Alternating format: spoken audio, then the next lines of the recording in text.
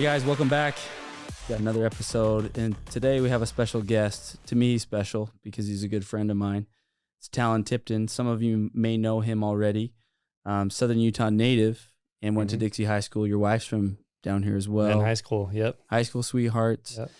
And we first met, gosh, it was probably 2 years ago. A little over, I think, yeah. Yeah, it's probably a little over now. But it was an event that Brody Fawcett did down in Vegas. And seems like a different lifetime ago. I remember before we started, we were all down in the lobby, and I saw you, and I just was like, who's this dude? And it was just like everybody else just kind of, this sounds like romance, but it's not. Bromance, man. Bring it on. And it was like everybody else just kind of faded in the background. There was like and I saw some Tallen. music that played. I was like, I need to go talk to him. So I did. I went and talked to you in the lobby, and then we kind of connected throughout it a little bit and become friends since. We've been to Belize together and done humanitarian project there. We've been a part of the program, Nick Alfano together. We've done some other cool stuff with Brody and different things. So anyway, like I said before, this is somebody that's a close friend of mine and has recently, I hate to use the word recently because everything that you're doing now, I would say is because of the sacrifice that you've made early on. But there are some really cool things that we're going to talk about now where you are basically right there about as close as anybody can get to Andy Elliott.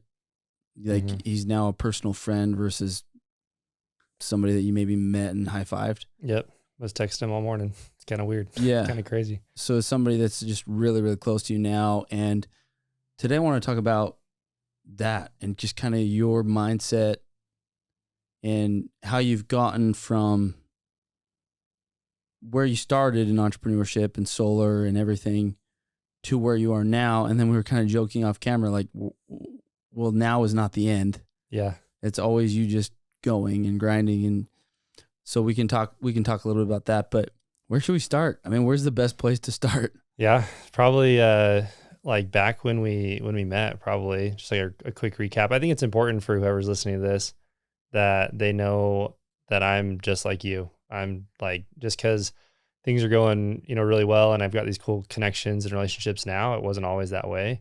And everyone has their own journey and their own things they need to learn.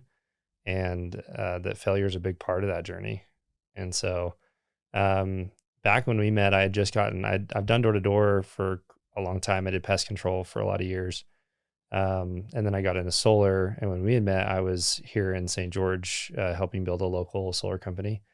And long story short, they ended up doing some shady stuff, unethical stuff, some federal felonies, some things like that.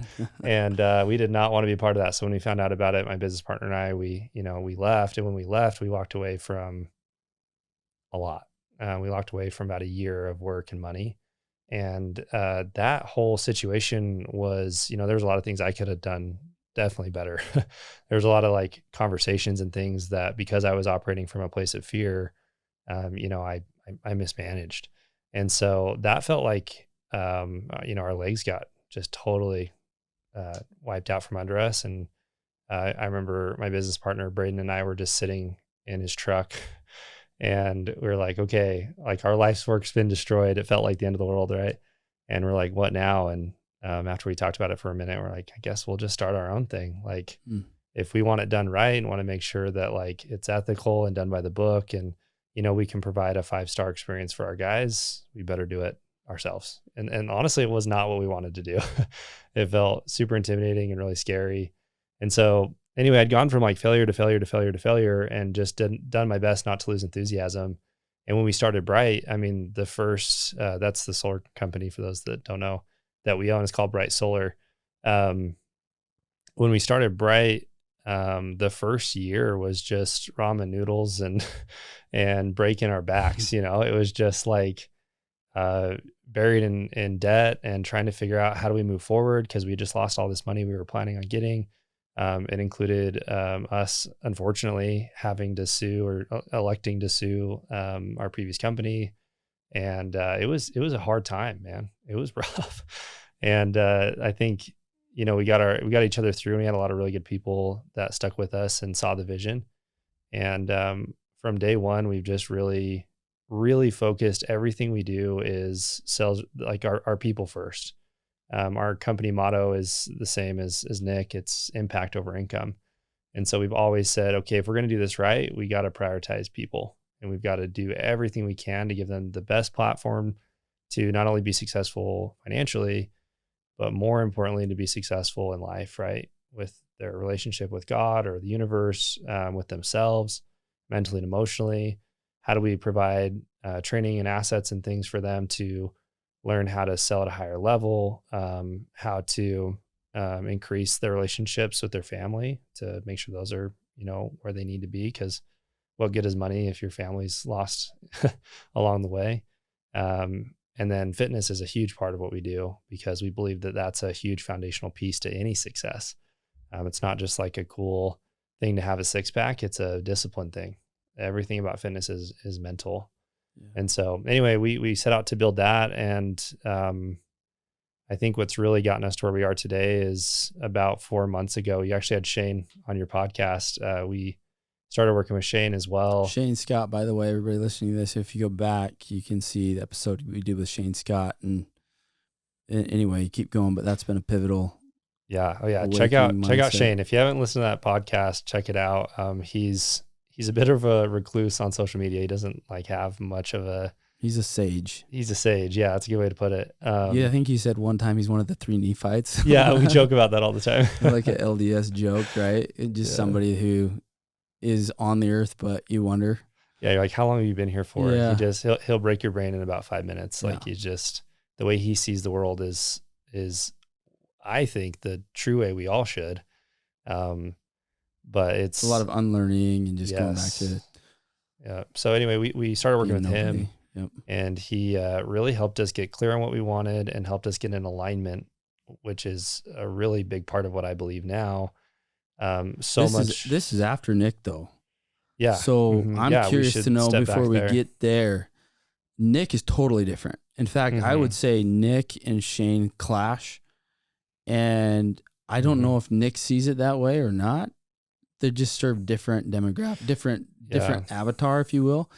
And the funny thing is Nick has had Shane come to his events and speak, but they're teaching two totally different things. Concepts. Yeah. Well, tell me, in your opinion, and try and explain the best you can, because people that are listening to this haven't been to these events. What is the difference between the two, and what kind of person does that serve, and why? And just kind of dive into that if you can. Yeah. Well, I'm really grateful you brought up Nick, because I'd be totally remiss if I didn't bring him into my story. After we had gone through all those hardships, that's when I met Nick, and we went on that humanitarian trip. And Nick kind of pulled me out of a dark place. Like, I was in a really bad spot mentally and emotionally. And I mean, I didn't really see a reason to live. I mean, I was about as close to the edge as you could get. And Nick and Nick Long kind of grabbed me and snapped me out of it. And that was because of you, man. As you told me, hey, you need to go to this event. And he bamboozled me, you guys. I thought it was like a business and networking event. And so I show up ready to network and make money. And it was an event that really just kind of gives you an opportunity. It's not an obligation, but a good opportunity to look inward and really check in. And as men, we don't do that. We're taught to kind of just bury our emotions, right? And it was the first time that I can remember that I felt like I had a safe environment to be myself and not be judged. And, I grew up in the church, and I love the church for so many reasons, the LDS church.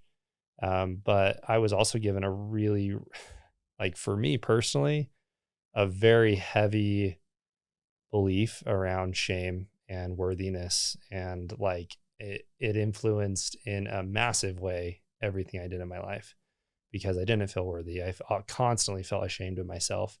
And I'm a pretty cool guy, but I didn't see it that way, And so I feel like Nick was kind of the one to, give me that smack upside the head, kind of snap me out of it and show me that, hey, you're not your decisions. You're not what you've done. You're who you are, and you're who God created you to be. And in fact, there are no accidents.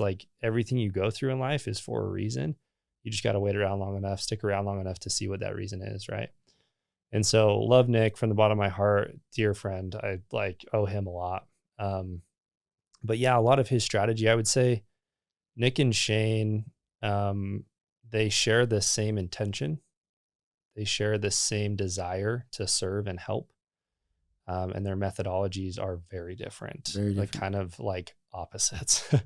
I would say, in my opinion, I think you're right, though. Yeah. There's no way you can do both. No. So in my opinion, what Nick does with the program is very beneficial. I think that if you don't know where to start, that's a great place to start, because it's again, in my experience, it was like, I don't think I could have taken in what Shane teaches if I wouldn't have first gone through the program and had those opportunities to really like look inward, and like deal with and handle and fix and kind of like get myself together.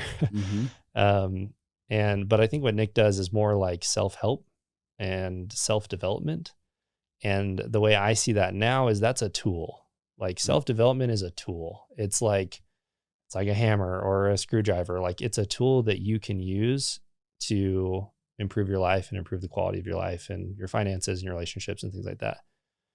What Shane does is very different, because the premise of self-development and self-help is that you're broken, that you need to change, that there's things you're doing in your life that are not working. And so we're going to change you. Right.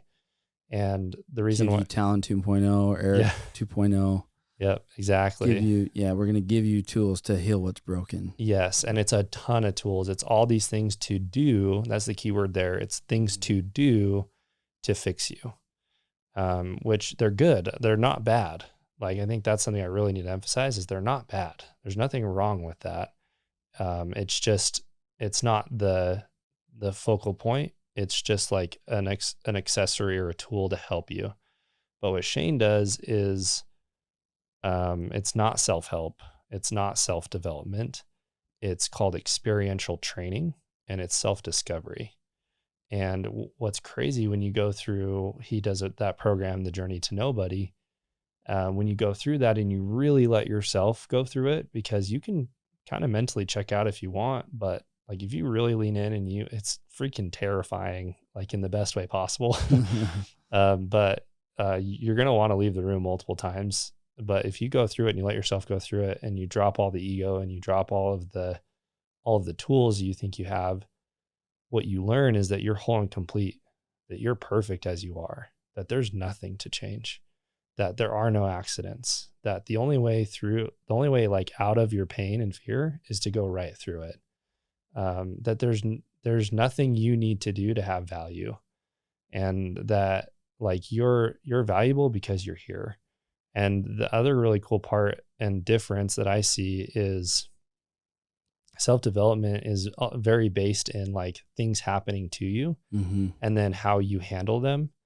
And experiential training or like self-discovery is all about knowing, and I know this for certain now, that it is, I don't live in the world of cause and I'm affected by it. Everything in my world, you sitting in this chair, that camera right there, is because I created it. Yeah. And so when you understand that, not just like in an extreme ownership way, but like in a true 100% of the time, you create everything in your reality and the results that you have. What happens is you can't be a victim anymore, like at all. You have a flat tire on your way to work.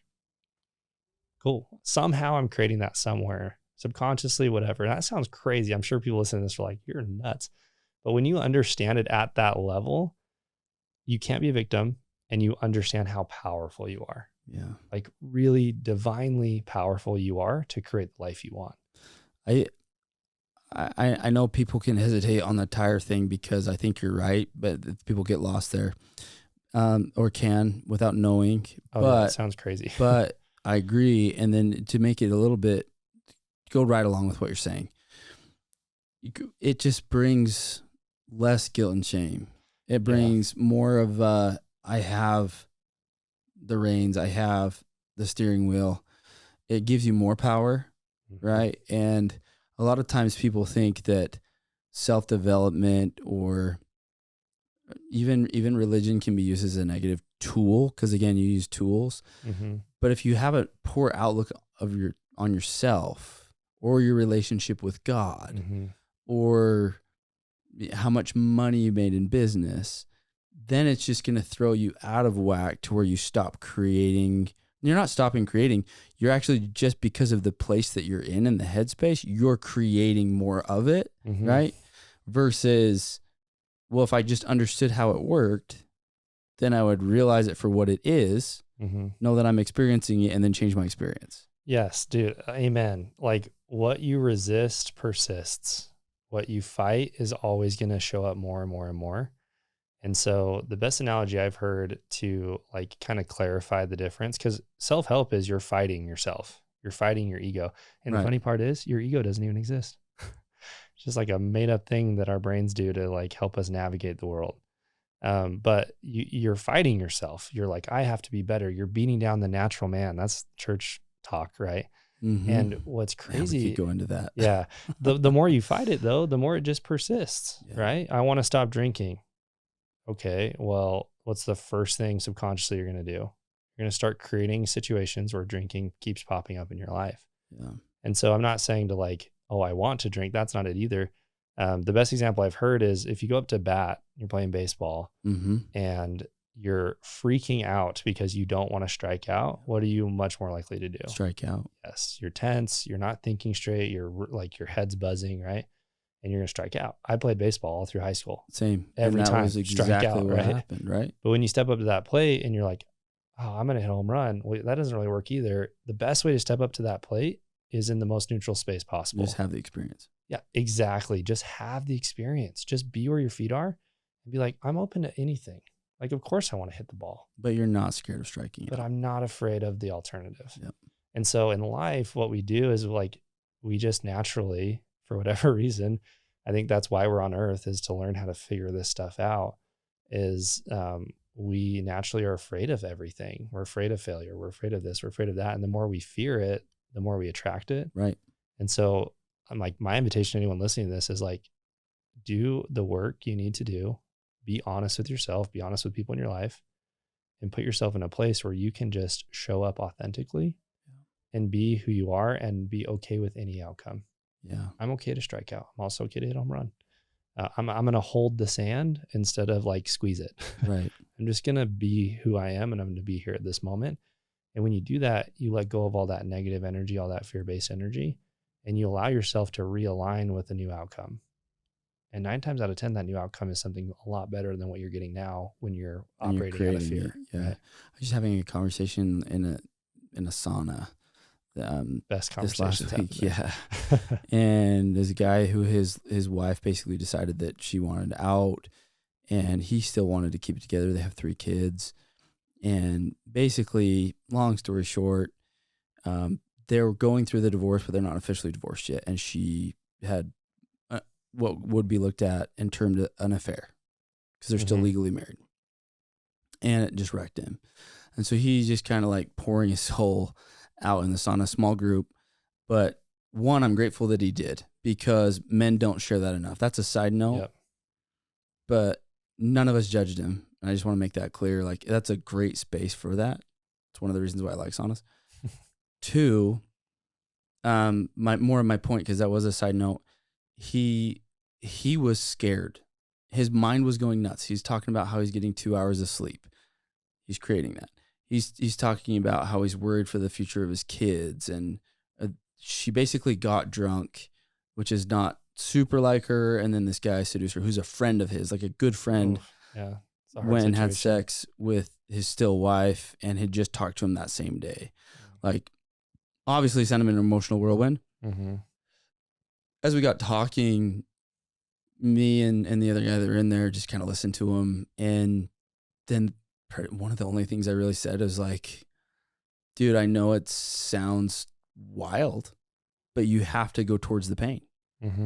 You are afraid of the unknown of what actually happened in bed, what may have happened while you were still married before, and what maybe could happen in the future. What I'm suggesting is be okay with all of it. And if you can bring yourself to a place where you go towards the pain, then now the pain has no power over you. And now you've changed your reality because you've accepted it. It's an experience. And he'll start to create new things from that place. And it was just like this. He'd never thought of it before. I could see, and verbally he said, and like, just like a sigh of like, I've never thought of that. Thank you so much for that. I am doing that. Now, whether he does or doesn't, I don't know. But that's like that shows up in our lives all the time. Stuff like that. We don't want I wouldn't want somebody to go sleep with my wife while I'm still married. No, that's a pretty high emotion thing. Yeah. And I think something to clarify is like, if you try to avoid fear, what do you get more of? It's fear, right? And so it's like, it's totally part of our human experience to like experience those kinds of things, right? And to like have those fearful or scared emotions, that's totally okay. That's normal. And the thing is, like you're talking about, just don't run from it. That's it. Like the only way out is through. Right. You got to just take a deep old breath and go straight through that. Because if the further you try to run away, the longer that storm stays over your head. Yeah. Right.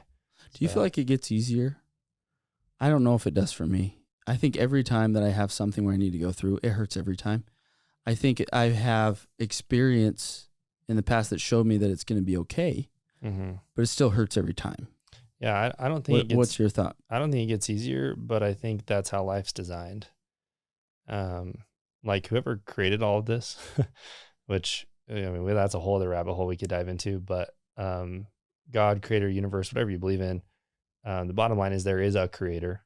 There's someone behind all of this. There's someone that has designed it, and life is perfectly designed to always get more challenging. It's just like a video game. Like if you just stay on level 3 and you've beat level 3 1,000 times, then what's the point, right? There's no point. And so your experience in life, as long as you lean into it and go through it, it's either going to stay really hard if you run from it, or it's going to consistently, like I guess your definition of easier, it's going to consistently become more challenging. But as you learn to just step through it and trust yourself and not lean into the fear and just like go through whatever you need to go through, I think you develop the skills to make it a lot less stressful. Yeah. If that makes sense. Yeah. But we get older, like there's all these like having children, as children get older, and like there's so many variables to life that it's designed to constantly help us grow, essentially. Yeah. As long as you stay in the game. Yeah, exactly. That's the way I've looked at it more and more, is you just got to stay in the game. And then your output, you just try to keep your output high, your eyes open, and experience it. It's so interesting. I haven't been through the event, and I'm planning on doing it in April. I'm excited for it because I've seen now where you've taken all the things that I've been around you, watched you, with you, followed you, and then all of a sudden, through all of it, getting things off the ground and a lot of struggle and a lot of effort and a lot of pain, and then it still wins for sure. But you've built a really cool team, and there's a lot of people on your team. I don't know the number. Do you? Yeah. I mean, we're growing really quickly right now. And I attribute all of that to just stepping through fear and getting in alignment with what we really wanted. What's crazy is Andy actually reached out to us.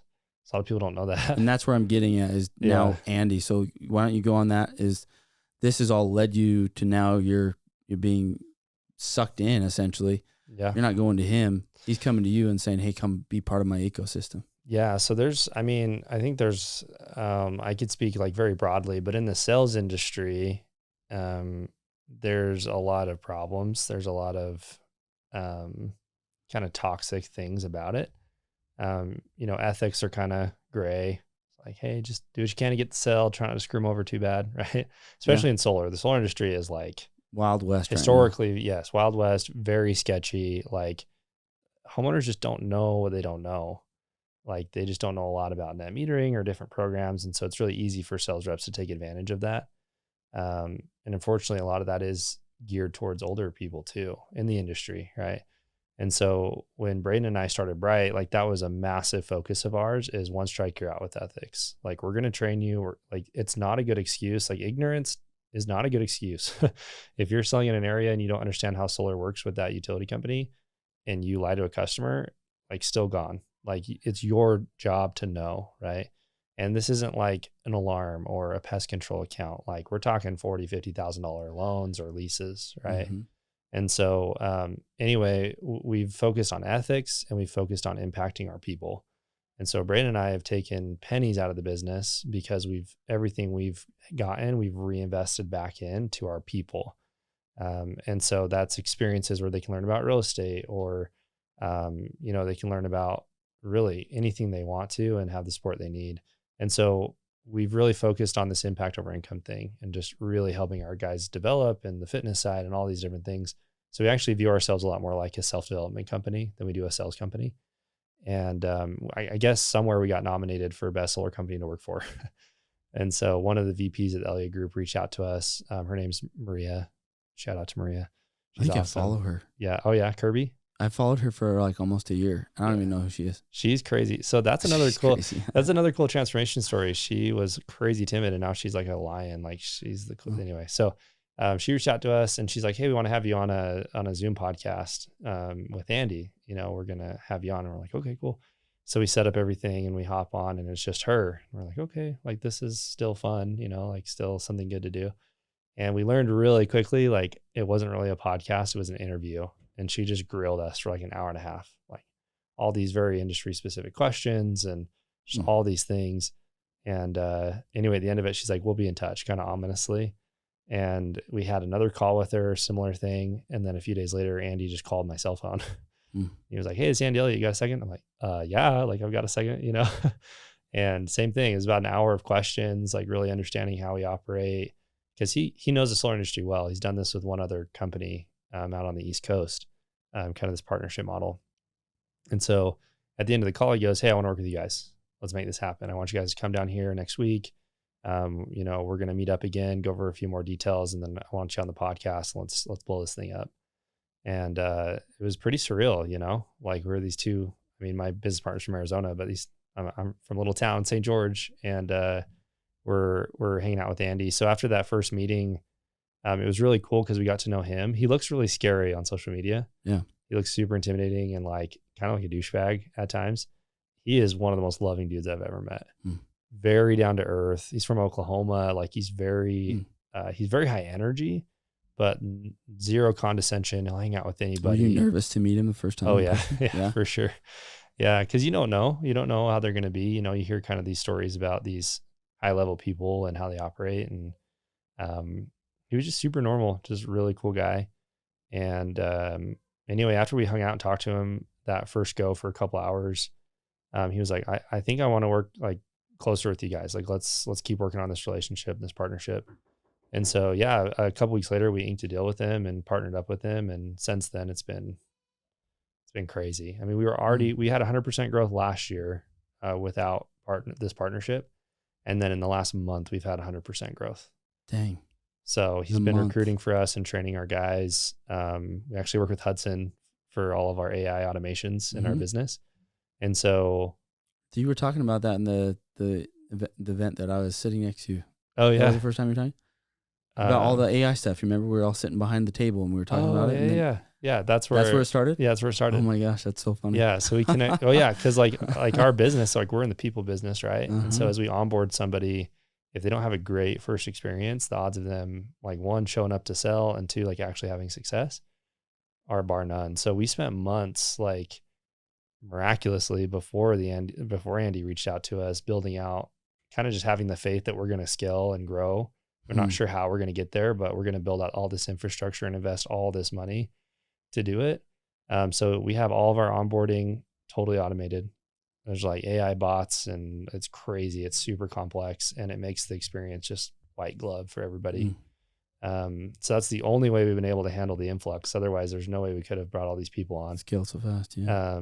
And then we also found two crazy talented, like rep success, VPs that we onboarded right as Andy and us were kind of getting our deal together. What's a rep success cat? I don't know. So no one really has a rep success person, but we do. So they essentially make sure that as someone goes through onboarding, like their processes, our admin team handles that, and they make sure their process is smooth. And then our VPs of rep success, they do a virtual training with everybody. So we'll do a training class. It's a 2-day class, and we'll do between 10 and 30 people in each class once a week. They go through everything. They do all the interviewing. They make sure everyone's quality, and they're actually going to go, raise the tide kind of a thing. And then they actually stay in touch with them after as well to make sure that they're like producing and having a good experience, and they have like a point of contact on top of their sales manager to go back to and ask for help. So that's great, because managers have to do that traditionally. Yeah. So but then it just puts so much weight on the manager. Yeah, dude. So like when we have somebody show up to area, they've already been through 2.5 days of training. They have the pitch totally memorized. Like they have everything they need to know to go out and crush. They don't even technically like need their manager. And so that's in my opinion, that's one of the hardest parts of being a sales manager, is because you have to spend all this time with someone that you don't know if they're even going to show up and produce long-term. But now they've gone through this really hard vetting process. They've gone through multiple interviews. They've gone through a really in-depth training process. And when they show up on your team, you can at least assign them an area and just let them go. Oh yeah. Every single person that Andy's placed with us has produced in their first week.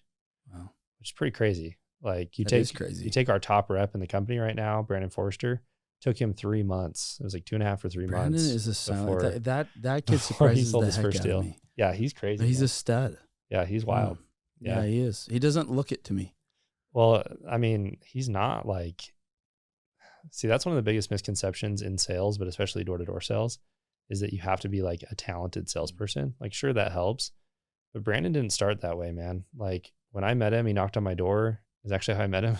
Really? Yeah. He is not sure what he's doing. And really what makes him so special is that he has crazy determination. Like nothing will get in his way of what he wants. And he just shows up. He just never misses. He just shows up. And that compounding effect, like it's turned him into a beast. Yeah. He's like one of the best in the entire industry now. So take the whole experience, condense it, say, this is why I needed this, or here's what I've learned. Give us some takeaways of all the last 3 years of experience and coaching and grinding and quote unquote failing and all the experience in building your business. What are key takeaways that you can drop as bombs on the podcast right now for people? I think the first one that comes up for me is get out of your head and stay in your heart. So many of us get stuck in our heads, myself included, and we get stuck on these fears that aren't even real. These like made up scenarios. Like think about it this way. Like two quick thoughts. If I dropped you on a flat surface, a flat plane, and I told you that there was infinite in every direction, like infinity in every direction, and you started running, are you really moving? No, right? So you're going through exerting energy, but you're not really moving. You're going through the motions, but you're not really getting anywhere, right? Yeah. And so in our minds, that's what our mind is like.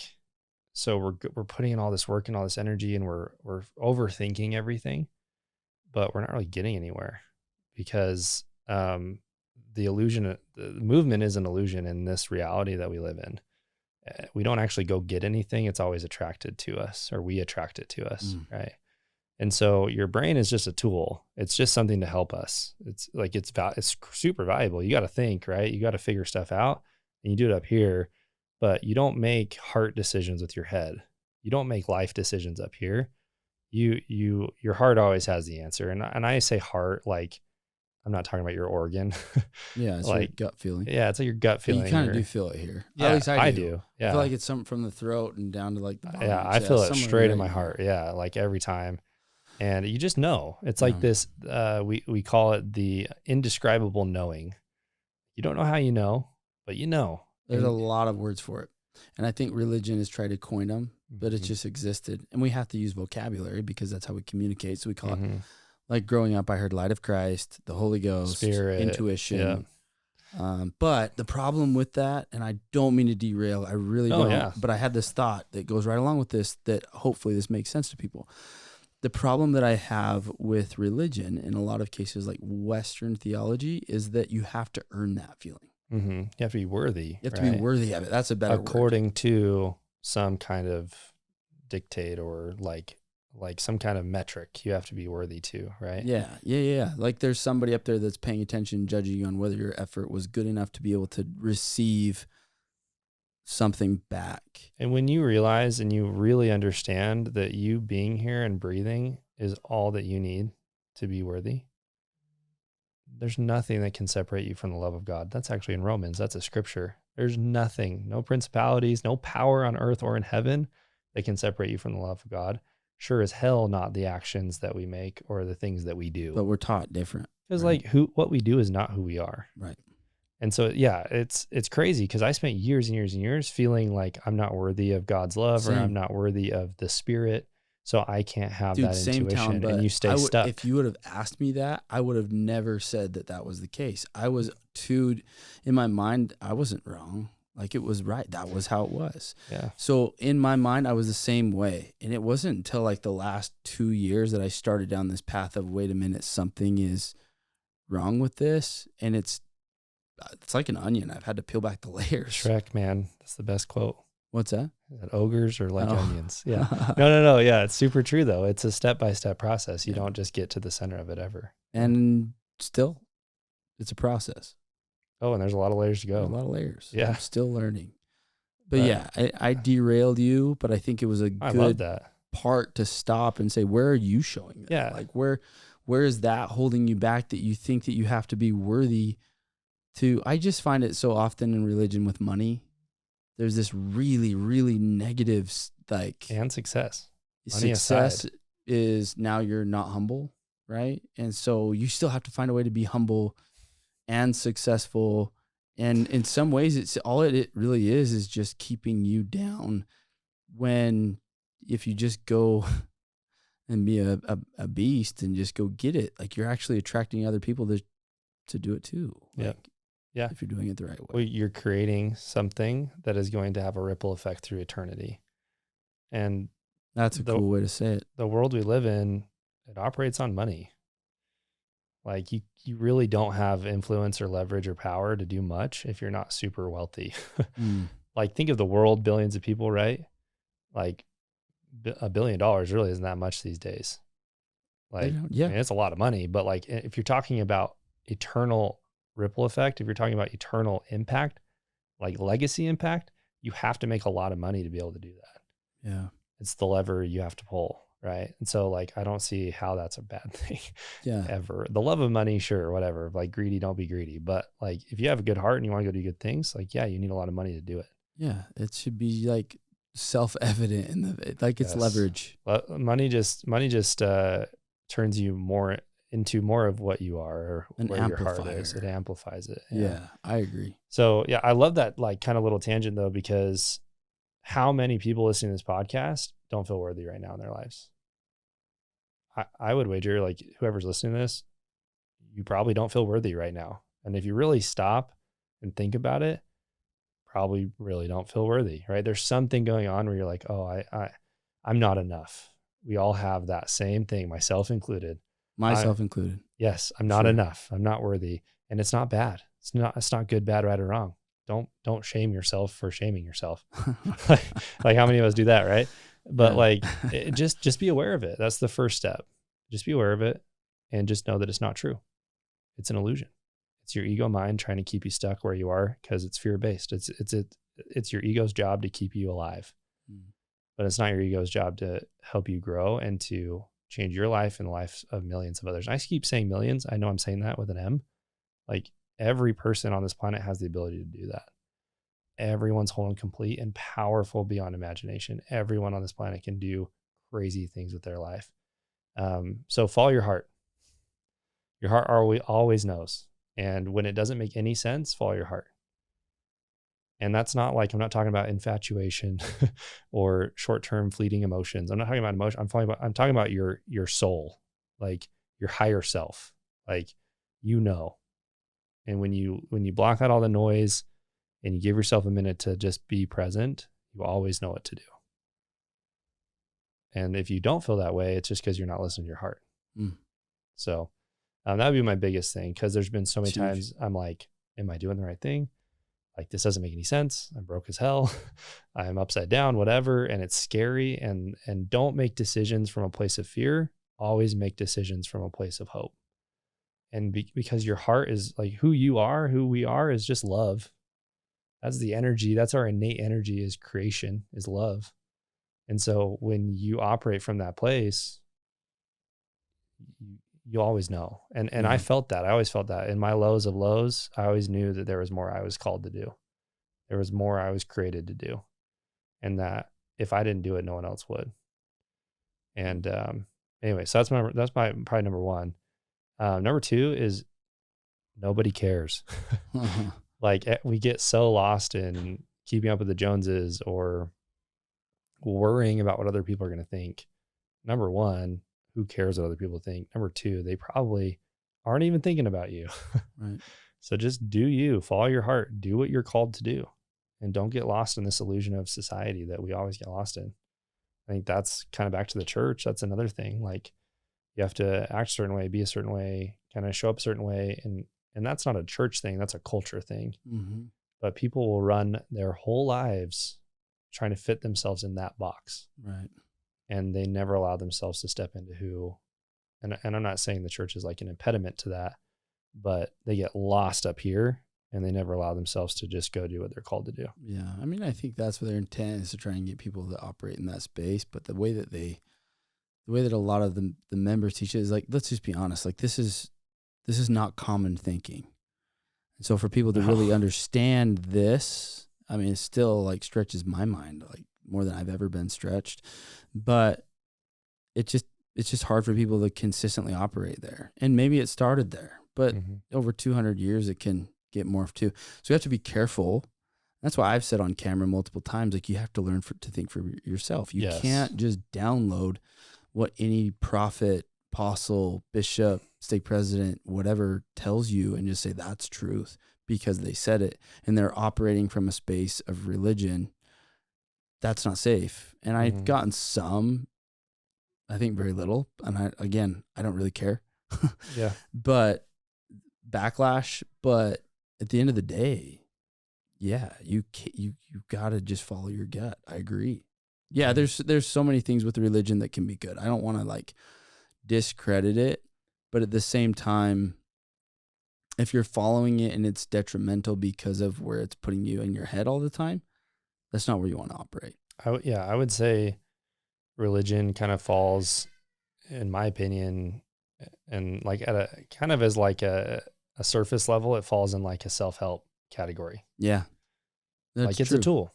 Like it's, if you're not benefiting from it and it's not something that's helping you feel worthy and better about yourself, and you're not around a culture and people that are helping or aren't judging you or you know, helping remind you of who you really are, and that might not be the best thing for you at this time in your life, right? But that's a decision that you need to make for yourself and with God. And like, I'm a big believer that there's seasons to life, and even God knows that. And you know, if there's an opportunity for you to impact someone in the future, then maybe you got to go through different things now. Right. Like there's always a reason. There are no accidents. So that would be the last thing I'd probably share, is there are no accidents. When we sat down and we were talking, you were talking about you have a squatter in one of your houses in California, right? And he's claiming a disability, and there's this crazy law in California that he can stay there, you know, for a long time. And the disability he claimed was, what did you say it was? Like anxiety, like extreme anxiety, right? And this might be a trigger for a lot of people. I know that mental health, personally, I know mental health is a very serious issue. So I'm not trying to like downplay it, but all anxiety and all stress is created from ourselves. So yeah. And you're not saying it doesn't exist. No, it's very real. You're saying, but you do need to recognize the so for source. those that are being triggered, like just hang on. Yeah. Calm your anxiety down. Yeah. And it's more of, I agree with you though. It's self-inflicted is what you're saying essentially. Yeah, it's you just got to recognize, and it's not good, bad, right, or wrong. That's the other thing. We always want to fit everything into a good or bad column, a right or wrong column, a black or white column. Like, would you just step back and realize there are no columns? There are no lines. There's things that are evil and good. I would say there's definitely like a good energy and a bad energy, but we always put ourselves in these good or bad columns. Way that I've heard it explained is high energy frequencies and low energy frequencies. That's a great way to do it. Right? Yeah. But anyway, like everything that we feel stressed about or anxious about is based and comes from a root belief. And most of these beliefs we don't even realize we have. Yeah. So like it's called the BEAR method. I know Nick teaches the BAR method, but I've kind of tweaked it a little bit. So belief, emotion, action, result. So a good example of this is I'm not worthy is the belief. So what's the emotion we feel when we think that or when we believe that? Whatever it is, it's low energy frequency. Low energy frequency, right? You feel unworthiness, you feel depression. It's negative emotions, right? Negative emotions, yep. And then the action that you have from those emotions are you show up differently in the world, you act totally differently. And then the result is negative. Yeah. The result reflects the prior steps, right? And then guess what? You get the same result. Right. So, and then it's just this self-perpetuating, like never-ending cycle. And so everyone's like, what do I do different? What actions do I take to get different results? Dude, you're missing the whole point. The actions are always just a byproduct of your beliefs. So everyone's working self-help on this action step and they're wondering why they never get different results. And it's because it's not the actions. It doesn't matter what you do. It matters what you believe and who you are, right? So you got to go all the way back to the first step, the B, beliefs. And you'll realize really quickly that all the stress and anxiety and everything that you feel in your life is always, you can always track it back to a singular belief that you have. And so one of mine that I didn't even realize was that I was constantly ashamed and guilty. And so that, I felt terrible all the time. Like I believed that I wasn't enough ever. There's nothing I could do to be enough. I was broken, right? That's a common belief I think a lot of people have. I'm broken. Mm-hmm. And so I felt awful. And then the actions I took, like I would never let myself be successful. I would always self-sabotage. I'd get really, really close. And then I'd do something stupid. And I'd do something that like made no sense. I had no idea, why am I doing this? This isn't me. Like I even knew that, right?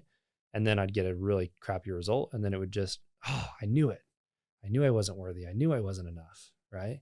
And the cycle would start over. And so the trick is change those beliefs because we don't see life through our eyes.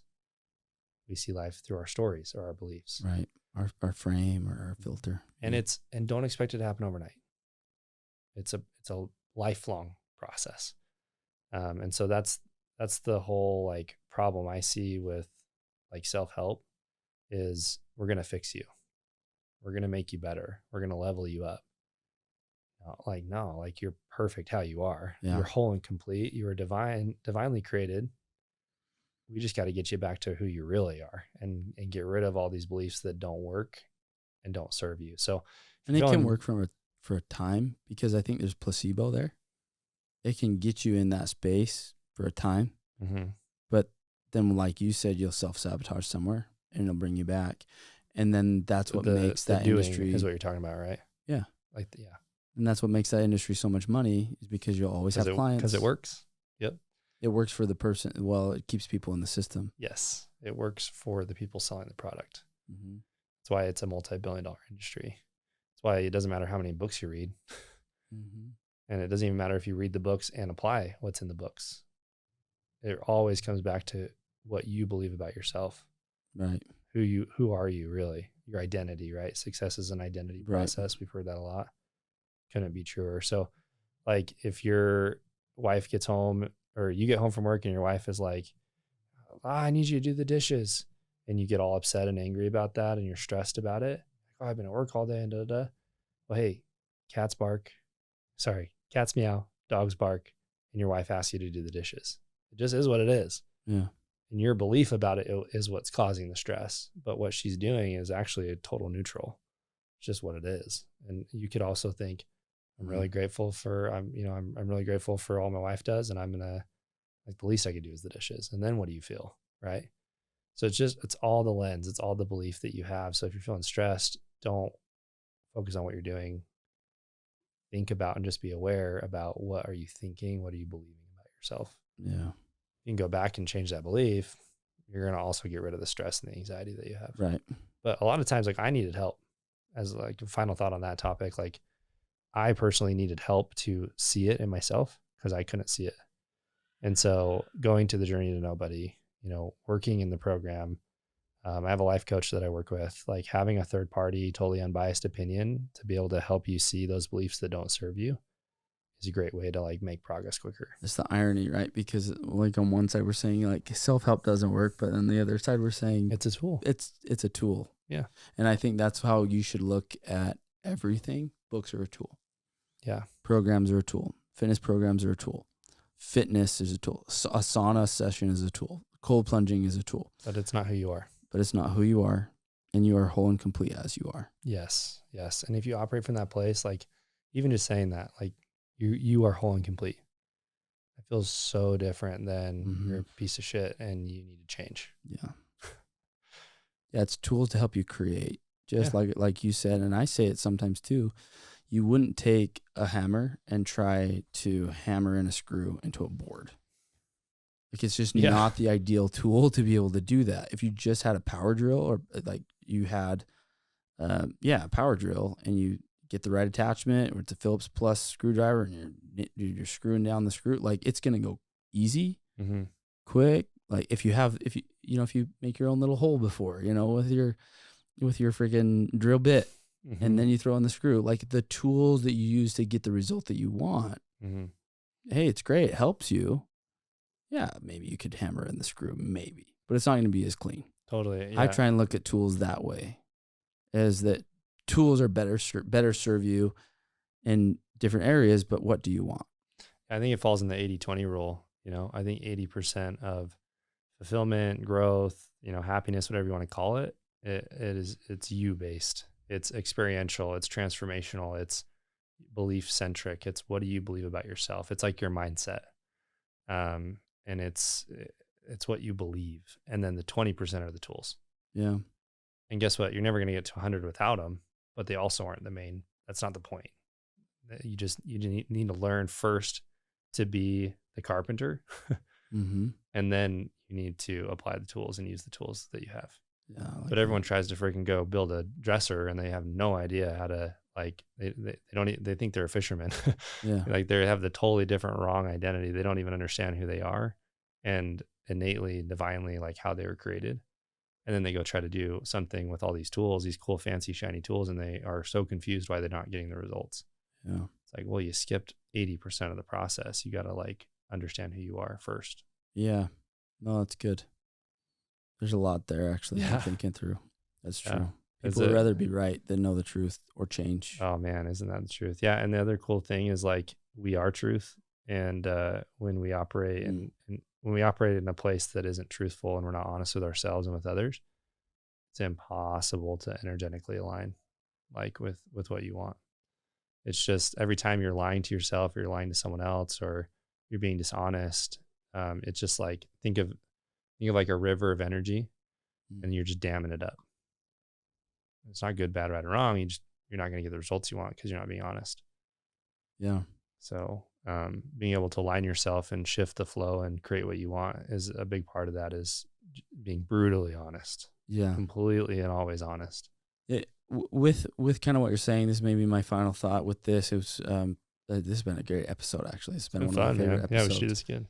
And, but one of the things that I'll end with is the concept that we've been taught, the frame, if you will, or the story that we've been taught to believe about the devil, about Satan. If somebody's listening to this and you're a Western theology thinker, regardless of the religion, and you see Satan as the author of everything bad in your life, Satan is here to distract you, to tempt you, so if something bad happens, he placed it there to cause you to do something, influence in something. And if you're, the other hard thing is it's tough because you're also kind of taught that if you, at least in a lot of religions, if you're not doing what God wants you to do and living to all the rules, and the hard thing with the LDS church is there's so many, it's impossible. Yeah. Then you're in his power. And so he can now tempt you. And it's like, well, when did that happen? Well, 8. It's like, okay, well, why 8? Yeah. It just doesn't make sense. But people think it makes sense because they've been taught it, but they don't even know where it comes from. My point to all of this, that's all they know. I don't like the idea behind it. And so I'm suggesting that somebody listening to this could ask themselves, how does that serve you? Thinking that somebody outside of yourself has power over you to throw something in your life that's going to hold you back, keep you from becoming who you're, because Satan now has more power over you and he wants to hurt you, harm you. When I've looked at that, Tallen, I've thought to myself, when I believe that, that makes me feel powerless to overcome it because it's supposed to happen and something's going on that I can't control. I may have or must have done something bad. And I don't know when it's going to end. Yep. And that to me doesn't sound like a God. What's the emotion behind it, right? Fear, anxiety, stress. And like, it doesn't align. What are the fruits of God, right? Yeah. It doesn't align with everything that we're taught. Yeah, dude. I mean, I resonate with that at a really deep level. When I went on my mission, I went out first. It's crazy I'm saying this on a podcast. I've told very few people this. But I went out at first like unworthily, and that just destroyed me. Like it was one of the hardest things I've ever done and gone through because I felt so awful, so unworthy. And I remember crying like every night pretty consistently for a couple months there, and just begging God to forgive me and to like help me, give me the strength and to, just like fix me essentially. And what was interesting is like met with my mission president, and I actually came home for a little over a year, and then I went back out and finished my mission afterwards. But the whole time I was begging for help, and I was like, just like, I don't understand it. Like, why won't you help me? Why don't you give me the strength I need to, whatever. And it's such a powerless place to be. Yeah. And I'm not here saying that we don't need God's help. We definitely do. And I think that, all things are possible through God. And I believe strongly in God and in a creator. But at the end of the day, no one's coming to save you. Yeah. And at the end of the day, like I couldn't agree with you more, believing that you're in the devil's control and that he has all this influence and power over you. It's just giving away it's the victim mentality again. It's giving away your power that way. Like I could literally go out of this room and do something that I would say is wrong. And now for the next several days, maybe depending on what it is, I could be in this scarcity mindset thinking something bad's going to happen because I did this and it's placebo in a way. We put ourselves there. Yeah. And I think that's what we're getting to. That's where I'm trying to get is you choose that. Mm-hmm. But you think because of the frame, because of what you've been taught through religion, well, you chose it, but you can't choose the consequence. Mm-hmm. The consequence is now here and it's here to stay. And you now need us and God and us as the church and your leaders to be able to help you get out of it and work through it. Mm-hmm. That's no different than self-development. It's the same thing. Yep. And so why do people keep coming back? Because they feel like they need it and they're not whole and complete themselves. Exactly. I used to think that thinking on my mission was insane, Tallen.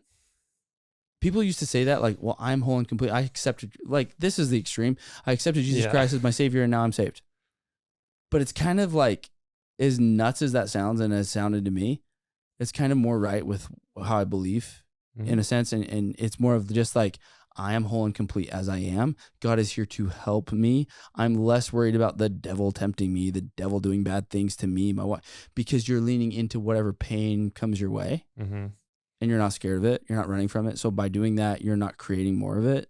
Exactly. It starts to all come together. Exactly. But you have to let go of a lot of these frames that we were taught. Dude, totally. And I'm not even like, I mean, my personal opinion, like there has to be opposites in all things. So if God exists, devil has to exist. If devil exists, God has to exist.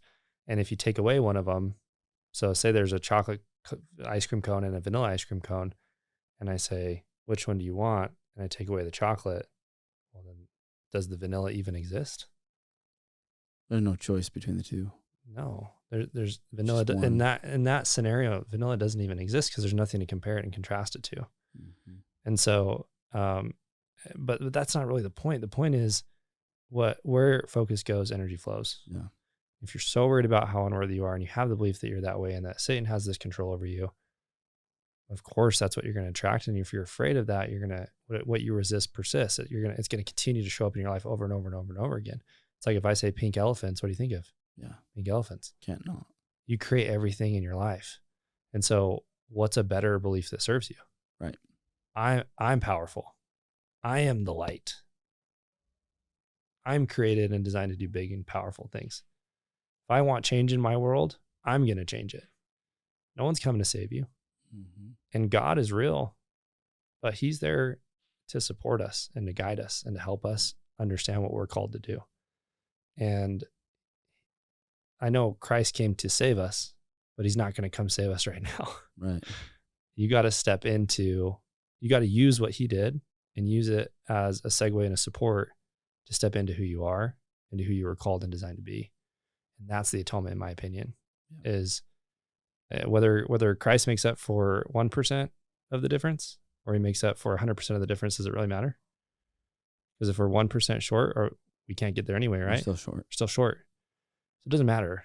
But what matters is that there's a plan, there's a design, there's a purpose, and the purpose is to exist. Yeah. The purpose is to be where your feet Less are. of a test. And yes, and More to of an experience life. Yeah.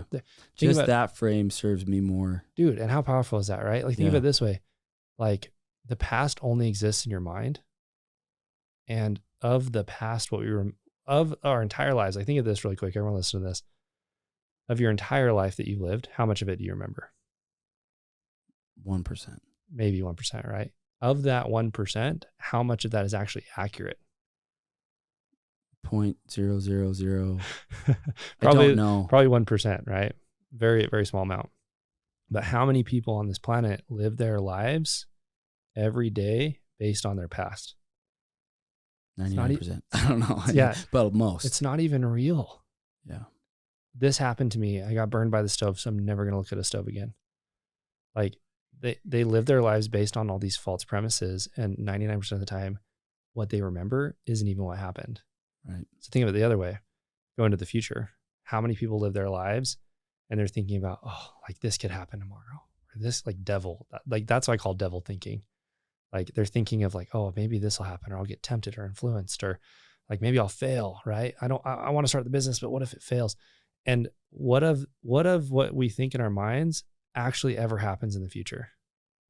Not very much. Same, probably 1%, right? And of the 1% that actually happens that we thought of, how much of that happens exactly how we thought of it? None of it. Almost none of it, right? Almost none of it would be the fair answer. So what is reality? It's right now. Your experience. And right now. And right now. And right now. The past, like it doesn't exist. The past and the future is just like stuff our brain comes up with, but all that exists is right now. Mm-hmm. And we live our lives in our heads, and we miss out on life. We're not living, we're alive. And what I mean by getting into your heart is just being present and understanding that you're here to experience life. You're not here to be perfect. You're not here to check a set of boxes. You're not here to do what some other guy thinks you should do. Right. Only you know what you're called to do, and that will always be a good thing because you're perfect, because you're whole and complete, because you were designed to be incredible. Yeah. And so, just step into that and get out of your freaking head, get into your heart, and just go do what you know you're called to do. And that's living. That's so good. Being present. That's so good. That basically sums up the whole podcast right there. And I hope that people made it this far. And because if again, it's a tool, and I'll wrap it up that way. Totally. What Tallen just gave you and what we've talked about today is not the answer. The second you believe it's the answer, you've fallen back into the same trap.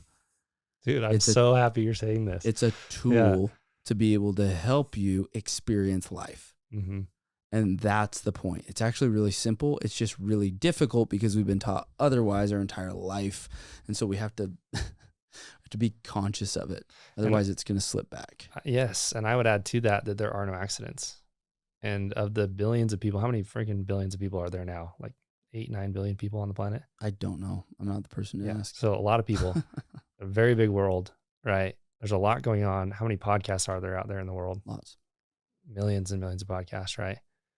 You're listening to this one. If you made it this far in the podcast and you're listening to this, there are no accidents. And I would say, yes, it's definitely a tool. I agree wholeheartedly.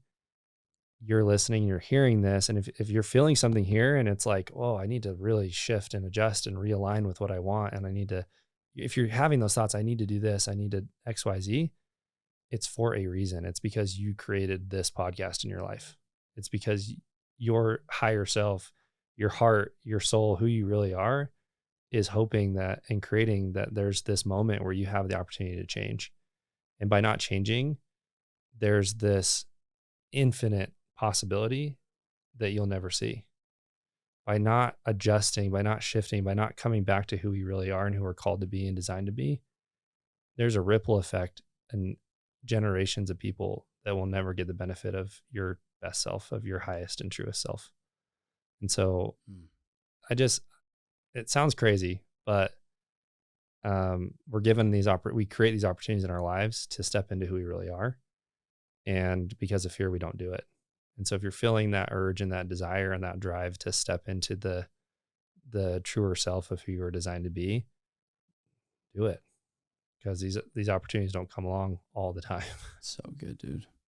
I think we helped a lot of people today in their head, at least, like hopefully. Get out of their head. Yeah. I think we did. I think there's going to be some people that listen to it. I know there's going to be people listening to this that helps. If you felt like this was valuable, share it, please. Not because we have to have you do it, but because we want you to be able to help change the lives of other people and help them be more authentic to themselves and be able to go win, whatever winning looks like to them. But to be able to experience life like we've talked about, and be able to experience it on a higher level, or just be more authentic. There's lots of ways to say it, and maybe I'm not saying it the right way, but just to be able to experience life and get out of their head and more into their heart. Thanks for listening this far, Tallen. Thanks for coming on the podcast. Thanks for having me, man. I wouldn't be here without you. I do want to add that if you got 2 more seconds. Sure. Eric is one of the coolest human beings I've ever had the privilege of knowing. And I really mean that. And I'm feel so lucky that I have your platform to be able to shout you out on, because Eric came into my life at a time where I was at a really bad spot. And because of the connections you made and the things that you went out of your way to do for me that you absolutely did not have to, I'm in a completely different place now. So I just wanted to, like, anyone listening, like, Eric's the man, stay close to him. He's doing big things in his life. And he does this because he actually cares, and finding people like that in the world are very, very rare. So much love, brother. That, dude. Yeah. Thank you. Okay. Well, that's first time we've ever ended it this way. You deserve it, man. But love you, man. Appreciate you doing that. And we'll see you guys in the next episode. Thanks for listening. See you.